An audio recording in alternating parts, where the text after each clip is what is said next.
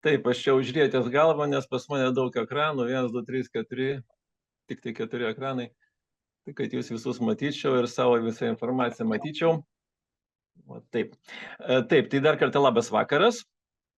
Šiandieną, kaip sakau, aš pasitariau ir nusprendžiau su savimi, kad paliesiu vieną skausmingiausių temų, tai yra mūsų amžiaus rykštė. Tai yra viršsvoris. Ji tiesiogiai koreliuojasi su kitom temom, tokiom kaip ir cholesterolis, ir gliukozės kiekis per didelis, ir insulinas, ir visi kiti dalykai.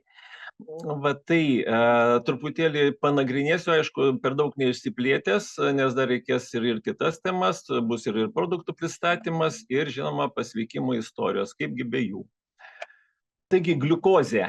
Tai yra vienas iš pagrindinių energijos šaltinių ir vienas iš pagrindinių, ko gero, cheminių elementų, kuriuos gamina augalai, bet ne gyvūnai.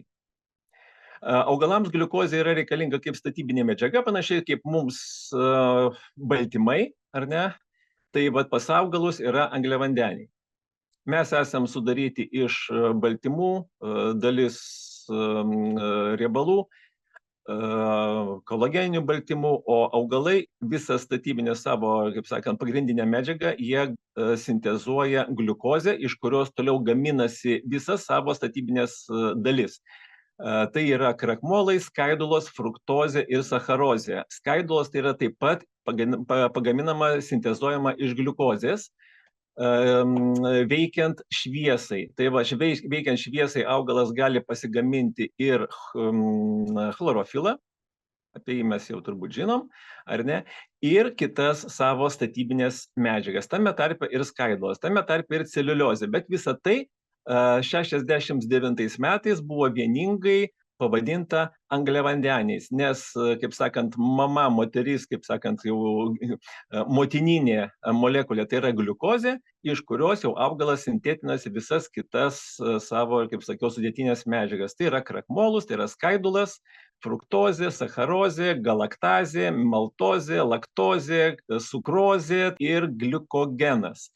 Kai kurie šitų junginių yra tokie, daugiamolekuliniai, jie tvirtesni yra, kai kurie yra vienų arba ten dviejų molekulių sudėtyje, jie truputėlį yra mažiau patvarūs, daugiau pridaro, bent jau patekę ir mūsų organizmą, daugiau pridaro bėdų. Taip atrodo gliukozės molekulė.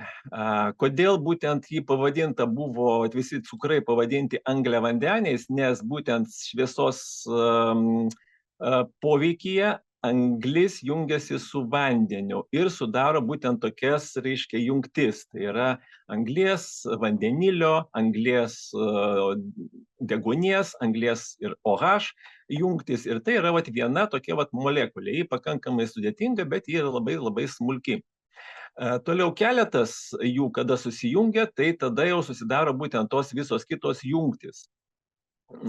Čia pavaizduota krakmolo molekulė. Tai jį matos tokia ilga grandis. Ir kada patenka pas mus į organizmą, jį tada organizme pradeda skaldytis į atskiras molekulės, būtent iš krakmolo, todėl pas mus jį virsta į gliukozę. Toliau aš esu, kaip sakant, bandau labai jau sutrumpinti, apibendrinti, neapsistoti ties kažkokia tai viena ar kita informacinė grupė.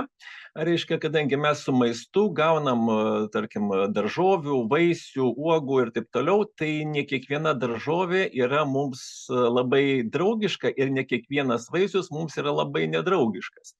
Pavyzdžiui, lyginant bulves su brokoliais, ar ne, tai brokoliuose yra daugiau skaidulų, mažiau krakmolo, o tose mūsų lietuviškose bulvėse yra daugiau krakmolo ir mažiau skaidulų. Tai šiuo atveju jau geriau brokolius valgyti, kopūstus daugiau valgyti negu bulves. Su vaisiais, pavyzdžiui, persikų šiuo atveju pavaizduotų, ar ne, tai skaidulų jame yra ypatingai nedaug ir pagrinde yra cukrus. Pagrinde yra gliukozė. Čia viskai klaidelė, ne krakmolas, o būtent gliukozė arba fruktozė, dar kitaip. Gliukozės reiškia kita forma, kuri mums iš tikrųjų yra dar labiau pavojingesnė, dar labiau kenksmingesnė.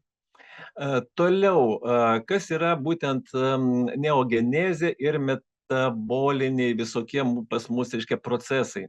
Mūsų organizmas prisitaikė per visą evoliucinį mūsų gyvenamąjį laikotarpį, prisitaikė prie maisto, kurį mes į save dedame.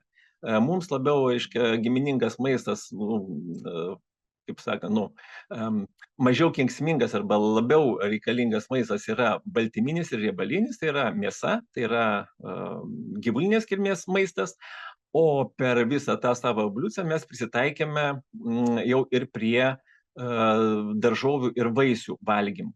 Ir jau mūsų, kaip sakant, protėviai žinojo, tai, kas yra saldu, tai yra nenuodinga. Todėl viską jie stengiasi kuo greičiau suvalgyti, ypatingai, aišku, tik tai vasarą, nes nebuvo ten tų šaldytuvų dar kažko, ar ne, kol mes buvom laukiniai ir kelsimės po medžius.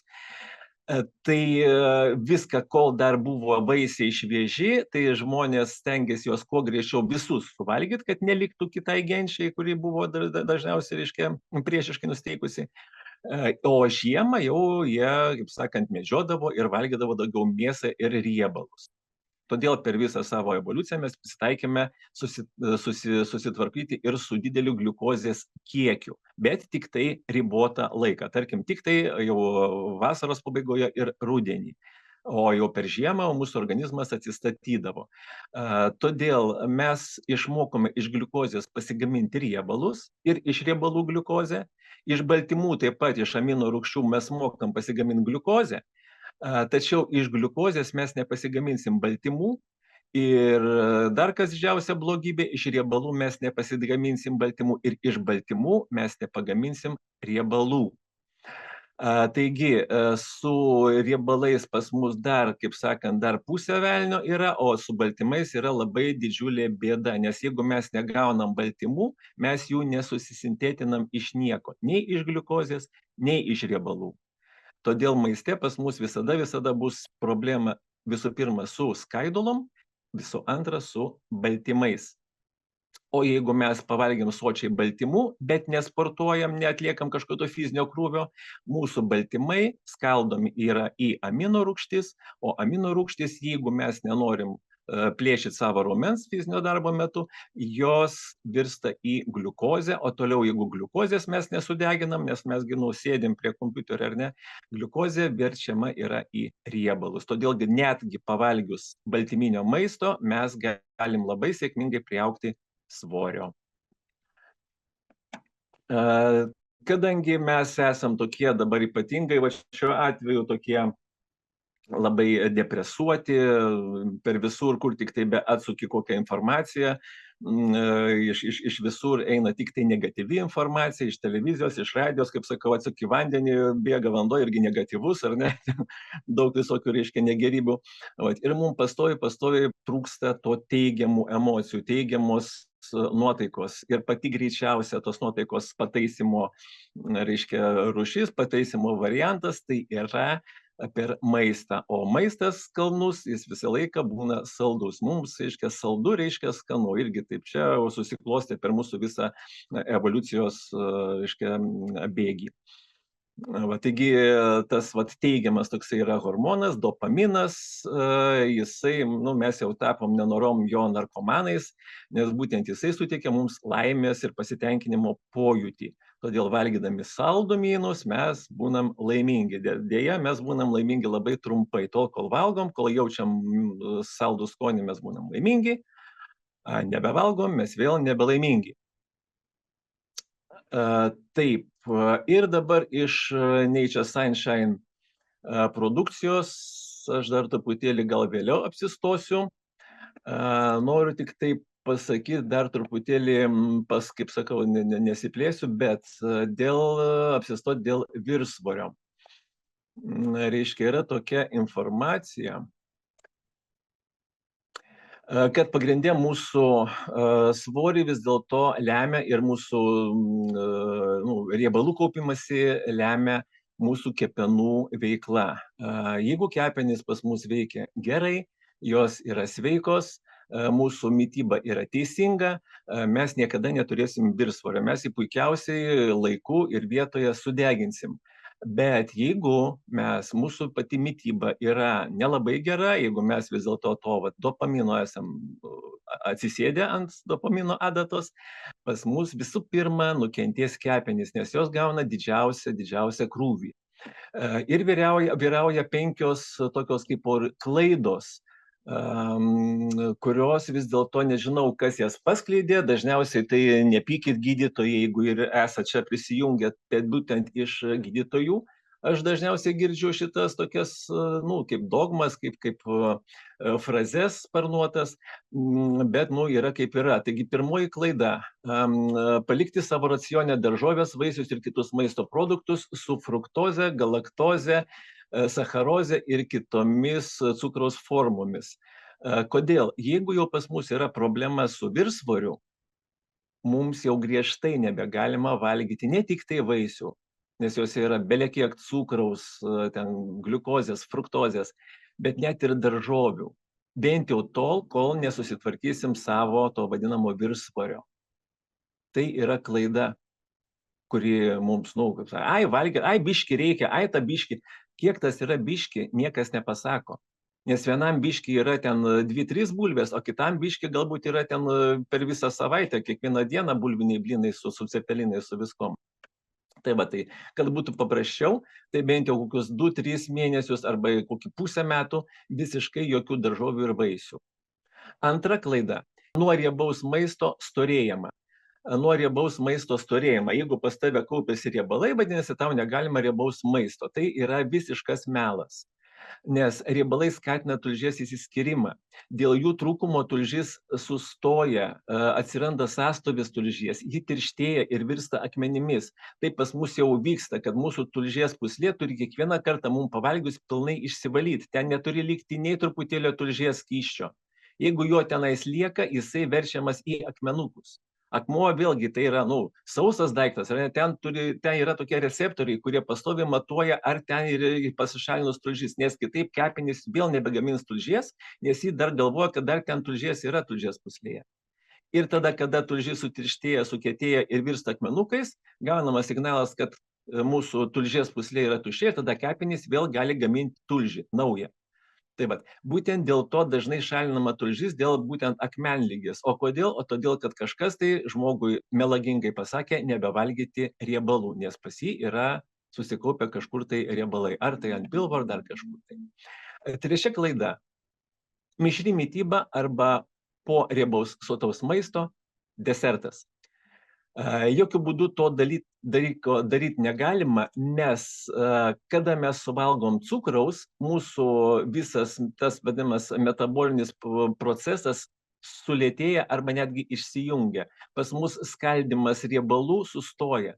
Mūsų kepenys turėtų pradėti virškinti baltymus, virškinti riebalus, bet desertas dažniausiai būna saldus, gaunam didelį kiekį cukraus, kuris skaldomas į gliukozę. Gliukozę reikia naikinti, fruktozė, jeigu tai būna vaisiai, naikina dažniausiai tik tai kepenys, gliukozė naikina kepenys, jūs verčia į riebalą. Ir kepenys nebeturi resursų tam, kad suvirškinti mūsų tą, ką mes suvalgėme. Ketvirta klaida – baltymų maiste sumažinimas. Gydytojai dažnai sako, mažinkit baltymų kiekį maiste, mažinkit per daug baltymų. Jie remiasi tuo, kad pas žmogų, tarkim, būna podagra, būna artritas, tai yra sąnarių uždegimas, būna dėl šlapimo rūgšties, atsiranda šlapimo rūgšties kristalai, kurie kaupiasi sąnariuose ir sukelia uždegimus. Būtent dėl nesugebėjimo organizmo pašalinti pernelyg didelį kiekį purinų, kurie būtent ateina pas mus iš baltyminio maisto.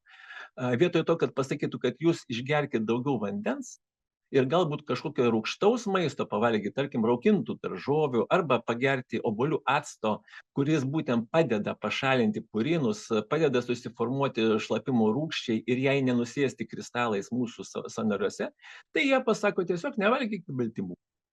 Tai yra klaida, nes kepenų atsistatymų mums reikalingos 2 amino rūgštys, kurios yra būtent baltyminėme maiste, tai yra mėsoje – metioninas ir cholinas. Cholinas atlaisvina kepenis nuo riebalų, o metioninas padeda joms atsistatyti. Penkta klaida. žmonės stengiasi labai greitai numesti svorį. Tarkim, va, aš sugalvojau, viskas, dabar mesiu svorį, einu į sporto salę, ten taškausi, dar kokią bado dietą pasiimu, dar būna tokia iš viso, kaip sakau, idiotizmo viršūnė sauso bado dieta, kada nevalgom ir negeriama jokių vandens, nu tai čia tada belieka nusišauti, bus biskį greičiau ir paprasčiau, mažiau skausminga. Tai va, tai čia yra nelabai teisinga, nes jeigu sveikai viską šitą dalyką darant, galima per mėnesį numesti neskausmingai 3-7 kilogramus, nedaugiau, žiūrint, koksai pas žmogų yra viršsvoris, ar ten, tarkim, 80 kilogramų ar 150 kilogramų. Ir šešta klaida, žmonės pasijutę geriau atsipalaiduoja ir sutrikdo gydomąją mitybą, nedavedę atstatomojo proceso iki galo. Kodėl sakau gydomąją? Todėl, kad tokia mityba, kaip per seminarus šnekam, ar net keto dieta, ji yra gydomoji skaitos, jos negalima, tiesiog nerekomenduojama paversti visą savo gyvenimo būdą, sakykime, vien tik tai valgant vien tik tai mėsą arba vien tik tai mėsą su riebalais be jokių daržovių. Tai būna laikina, tol kol susitvarko tavo visas organizmas, ten susitvarko metabolizmas ir visa kita. Po to galima jau truputėlį tų vaisių ir daržovių pavalgyti. Bet kol vyksta atstatomasis procesas, jų griežtai negalima. Ir tik tai žmogus pasijunta geriau ir jisai, nu čia biskį savaitgalis, čia biskį desertuką. Ir tada jau vėl viską praktiškai galima pradėti nuo nulio, viskas nusinulinama ir vėl iš naujo, nes kepenys atsistato maždaug per 6 mėnesius, tai yra per pusę metų. Ir jeigu tu per 2-3 savaitės pasijutai geriau ir visą tą procesą nunulinai, tai tavo tas atsistatymo procesas susitęsia dar 3-6 mėnesiam į priekį, tada dar 2-3-6 mėnesiam į priekį ir taip toliau. Tas gaunasi procesas toksai nenutrūkstamas. Ir tada žmonės dažniausiai nusivylę, meta visą šitą brūdną darbą ir jau sudeda rankas, maždaug čia man genetiškai taip jau nulemta būti su viršsvoriu, mano mama su viršsvoriu, mano ten dėdukas su viršsvoriu, nu ir man taip reikia. Tai dažniausiai tai nieko bendro su genetika neturintis dalykas, o tiesiog ką žmogus matė pas save šeimoje, tą ir darė, tą ir atkartojo. Ir toksai pats ir užaugo. Man labai patiko tokia nuotrauka, buvo šiandien, reiškia, ten, aišku, amerikiečiai pafotografuoti, iš nugaros eina 2, reiškia, tėvai, tėvas ir mama tokie, kaip sakant, burundukai, ir per vidurį vaikutis toks, reiškia, hamburgeris ant kojyčių. Tai čia, ne genetiškai, čia yra gyvenimo būdas. Tai buvo atliktas JAV, kaip sakau, su amerikiečiais yra problema. Buvo atliktas JAV tyrimas susijęs su viršsvoriu. Dėl perdirbto maisto ir padidėjusio cukraus pas amerikiečius pradėjo kilti svoris. Buvo susirūpinta ir pasirodė, kad amerikiečiai 70-aisiais metais valgė mažiau angliavandenių nei dabar. Pasirodo, kad vietoj cukraus ir angliavandenių jie gaudavo perdirbtus riebalus. Tada maisto pramonė pradėjo dar labiau perdirbinėti maistą, pradėjo šalinti riebalus ir pradėjo dar daugiau pridėti cukraus ir krakmolų. Ir nuo 80-ųjų metų amerikiečiams svoris dar daugiau padidėjo. Kai iš maisto perdirbimo procese pašalinama skaidulinė dalis, ląsteliena, nuo tokio maisto atsiranda viršsvoris. Dabar kodėl šalinama ląsteliena? Galit padaryti bandymą, ko gero net nebūtina daryti, nes daugelis tiesiog prisimins, kaip atrodo, tarkim, jeigu aš įdėsiu braškę į šaldiklį, o po to ją išimsiu sušaldytą ir atšildysiu. Ji sutešta. Kodėl? Todėl, kad braškėje yra ląstelienos, bet kada jis sušala, ledo kristalai, vandens kristalai suardo, suplėšo ląstelieną, supjausto ją. Ir jį toliau nebeišlaiko braškės buvusios struktūros. Dėl to maisto pramonė šalina visas skaidulas. Pavyzdžiui, to neatsitiks niekada su miltais arba miltiniais produktais. Kokią duoną įdėsit į šaldymo kamerą, tokie ją ir išimsit, bus dar kietesnė, nes dalis vandens pasišalins, nes šaltis ištraukia drėgmę. Kodėl? Todėl, kad gaminant grūdus, iš grūdų pašalinama grūdų luobelė, ta vadinama sėlenos pašalinamos. Tai pašalinama iš ryžių lukštas, jo poliruojami jie yra. Todėl bėda yra, nes lieka tik tai gemalas, kuris praktiškai tie tuštieji angliavandeniai lieka. Iš ryžių lieka tik tai jau krakmolas, tai yra vėlgi jisai, kada skaldosi į gliukozę. Ir dėl to, valgant paprasčiausiai atrodo, kad, duona ten mūsų, ar ne, ten bulka, mūsų senoliai užaugo, tiesiog galima sakyti, ant duonos ir bulkos. Mums tai yra jau žalinga, mums tai yra kenksminga. Ir dabar grįžtant prie mūsų produktų, kas gali padėti mums susireguliuoti mūsų visą, metabolinę sveikatą, tai visų pirma mūsų numylėtas chlorofilas, toliau alojas sultys, jos reguliuoja cukraus kiekį kraujyje, toliau alyvuogių lapai, taip pat reguliuoja cukraus kiekį kraujyje, cholesterino kiekį reguliuoja, tai tam, kad kraujagyslės neužsikimštų, nes kada būna didelis kiekis gliukozės, mūsų kraujas tirštėja, tada atsiranda apnašos kraujagyslėse ir ten kiti negeri procesai. Toliau karbograbers, tai yra karbohidratų naikintojas. Ir jeigu jau, kaip jį naudot, pavyzdžiui, jeigu jau būna ten koksai vakarėlis ar dar kažkas, ir kada neišvengiamai ten jau suvalgėt kažkokių tai angliavandenių, tų vadinamų jau nesočiųjų angliavandenių, reikėtų suvalgyti kokias 4-6 karbograbers kapsulytės, kad jos bent jau apie 60% angliavandenių jos sunaikina. Ten yra aktyvieji elementai, kurie jungiasi su karbohidratais. Toliau fat grabbers, tai būtent riebalų degintojas, tas, kuris pasirodo kraujyje. Tuos riebalus karbograbersas taip pat sėkmingai neutralizuoja. Toliau milk thistle, lakrica, liqueur road, tai yra saldymedis. Toliau lecitinas, kuris palaiko kepenų veiklą, nes, kaip sakau, kepenys pagrinde jos užsiima gliukozės ir fruktozės skaldymu ir vertimu į riebalus. Toliau kurkuminas palaiko kepenų veiklą ir būtinai vitaminas D ir vitaminas B, visas kompleksas, ir iš mineralų magnis, chromas ir cinkas.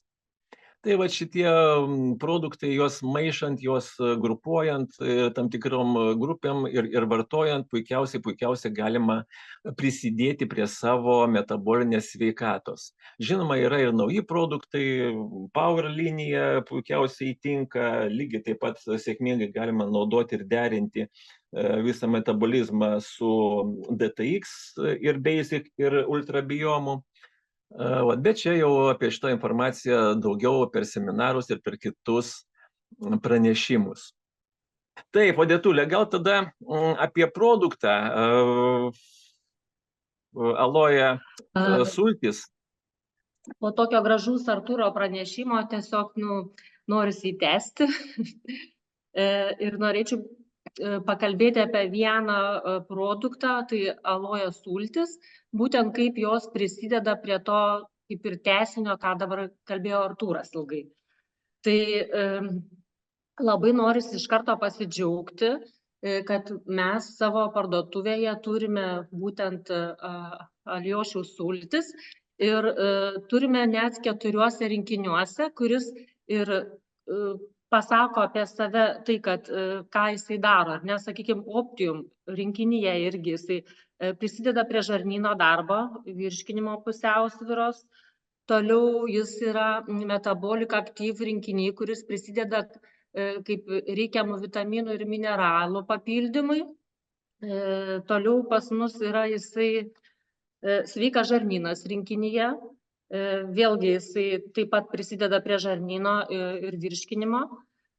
Ir dar vienas yra beauty rinkiny, kuris Alijošius pats mūsų prisideda prie grožio srities, prie grožio būtent, sakykime, plaukų, nagų ir taip toliau, dar truputį vėliau apie tai papasakosiu.